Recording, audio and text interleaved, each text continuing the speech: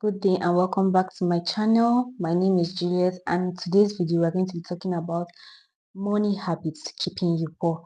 So if you're new to this channel, we discuss finances, we discuss career and investment opportunities.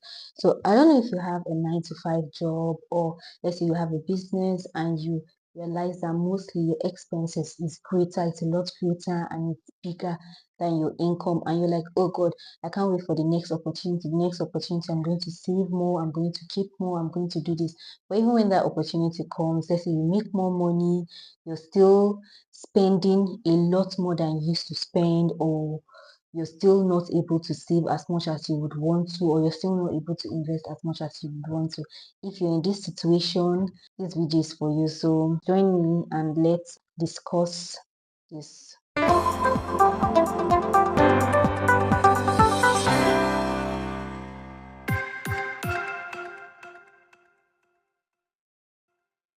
We are going to be looking at the money habits keeping you poor.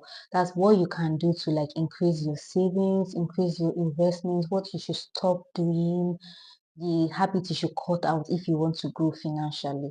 The number one thing we are going to be talking about is living beyond your means. So sometimes, okay, let's say you earn a specific amount of money. Usually you're supposed to budget. You're supposed to know how much will go into your savings, how much will go into your investment, and how much you should run as expenses. And sometimes what people do not understand is that when your money comes in, maybe your paycheck, your monthly paycheck or your weekly paycheck, or let's say interest from your investments or dividend from your investment, you don't just go ahead and start spending continuously. You're supposed to plan, you're supposed to budget. If possible, when the money comes in that day, try not to spend it that day or the next, so you can plan accordingly. Because if you notice, when you start spending, sometimes you buy things that you don't even really need, but you just feel like, okay, the money is there, it's a lot in my account, so let me just spend it. Usually what works for me and what I usually do is that maybe a day before I receive, or when I'm expecting, or maybe when I've even received, I write a list of things I need. Maybe in my apartment, list of things I need for my skincare, for my self-care products. I budget totally. Like when I write the list, maybe with the amounts, what I would spend, if it's rent, if I'm going to pay rent, or I'm going to pay for electricity, or I'm going to buy water, whatever I'm going to pay for, toiletries, food store. Budgeting also involves you buying things like in large scale and not small scale. So whatever I need that month, if I'm going to make my hair, I'm going to just write it down. And then when I see the ratio of my income or my salary that I'm going to spend on buying things, then I will know if I'm going to reduce that list or I'm going to work on that. I would also know the ratio I'm supposed to save or I'm supposed to invest depending on what I'm going to spend on that month. So budgeting is very, very important. And sometimes when you're earning a less salary, you're trying to live on more. When you start earning more, don't just increase. Maybe before, if you spend 50, or maybe you go out before you go out once a month, maybe you budget so and so amount for your monthly outing. Maybe you go out once a month or twice a month. When your salary increases or when your income increases, it's not an excuse to start going out 7 times a month. You can just increase it to maybe 3 times, depends on your salary increase. But if possible, you're supposed to also maintain the same habits and the same lifestyle until you figure yourself out, until you balance well properly. I understand that saving can be very difficult, especially with the economy and how things changes, but you can plan adequately and budget for that. This money habit that keeps people poor is impulse buying. For instance, now some people, as soon as salary enters, they just go into the mall without a list, without a plan. They just want to look around the mall and see anything they need, they pick it. I'm telling you, when you do that, you realize that you need almost everything, because everything there is properly arranged to catch your eye. So even if you don't need it immediately, you just want to buy it. And sometimes at the end of the week, you'll be like, oh, why did I just buy this thing? I don't even need it. It might stay with you for like a month, 2 months before you actually use it. So impulse buying, when you're going into somewhere that you know it's very possible for you to buy things you don't need, it's very advisable that you go with a list and stick to that list. It will help you reduce your expenses and take you out of poverty. The next money habit that can drain you financially, that can keep you poor, is relying on loans, relying on credit cards. You know how some people, they live paycheck to paycheck. Like as soon as their salary comes, they just pay for everything, buy a lot of things, spend, go out. They just want, they're not comfortable with money in their account. I don't just understand. They just want, they will not rest until the account balance is zero. And then sometimes when necessities come up, maybe they need to pay for other things or emergencies come up, they will need to take loans or they will need to, borrow money from people. And they're not even borrowing money to like buy assets, to invest in assets, or to do something important. They are just borrowing money to run their daily expenses, which you're supposed to run on your income, on your salary.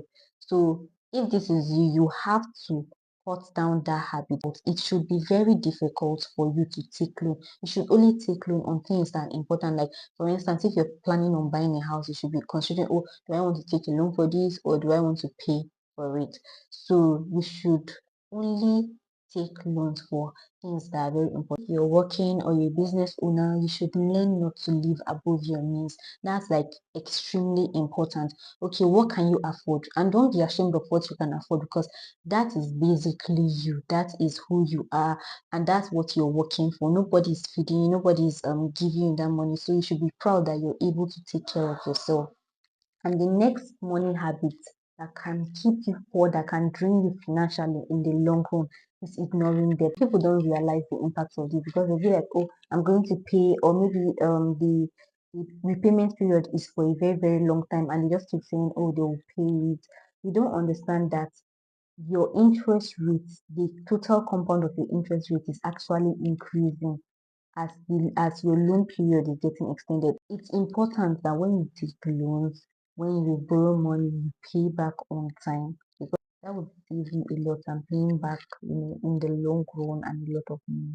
Another habit that would keep you poor is trying to keep up. So if you have maybe you're a working class, you maybe work 9 to 5, you earn maybe a little above minimum wage, and then maybe you have friends with some trust fund kids, and they tend to live a little more lavishly since they have a lot of money, and you're trying to maybe impress them or to be part of their clique. It's very important that when you're meeting friends, or maybe you want to be around a circle of people, they should accept you for exactly who you are. Trying to keep up to people's lifestyle, trying to keep up to maybe your partner's lifestyle or your friend's lifestyle, can also drain you financially, especially when you know you cannot afford those things. So it's very important that if you know you cannot afford a particular thing or a particular lifestyle, maybe you want to look for an apartment and you can only afford an apartment that is a lot less cheaper, or in an area that maybe your friend does not stay there, just go and stay there because that's what you can afford. Don't take loans or don't overstretch yourself financially just because you want to stay in high maintenance place. So the next habit that can keep you poor for a very, very long time is non-investing. If you are growing up, if you are working and maybe your money, what you either just spend and save the rest, and you don't invest it in any kind of investment, in the long run, you notice that your saving have depreciated. What I mean is that maybe the currency you're saving in might have been devalued, and you notice the value of your money is lower. So it's also a habit, because sometimes maybe at that point you're saving the money, it's huge, but over time, over 10 years, over 20 years, you notice that the value of such money has really devalued and has depreciated.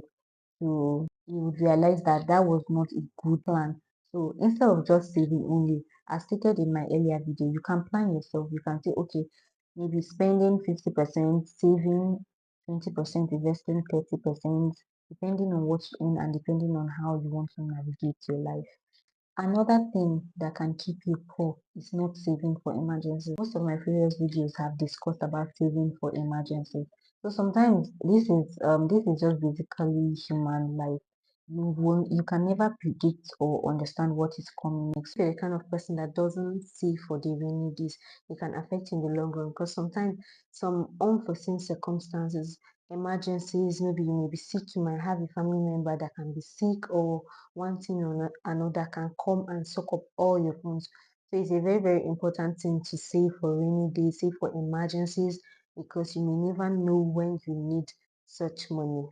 The last habit that can really prevent you from attaining your financial goal is keeping up with peer pressure. I know we've discussed this a little, but it's not right for you to try to live up to your friends or social media expectation. The most important thing is just be you. Try to, you're the other person that wears your shoe, so you know how it fits, you know where it's itching or where it's painful.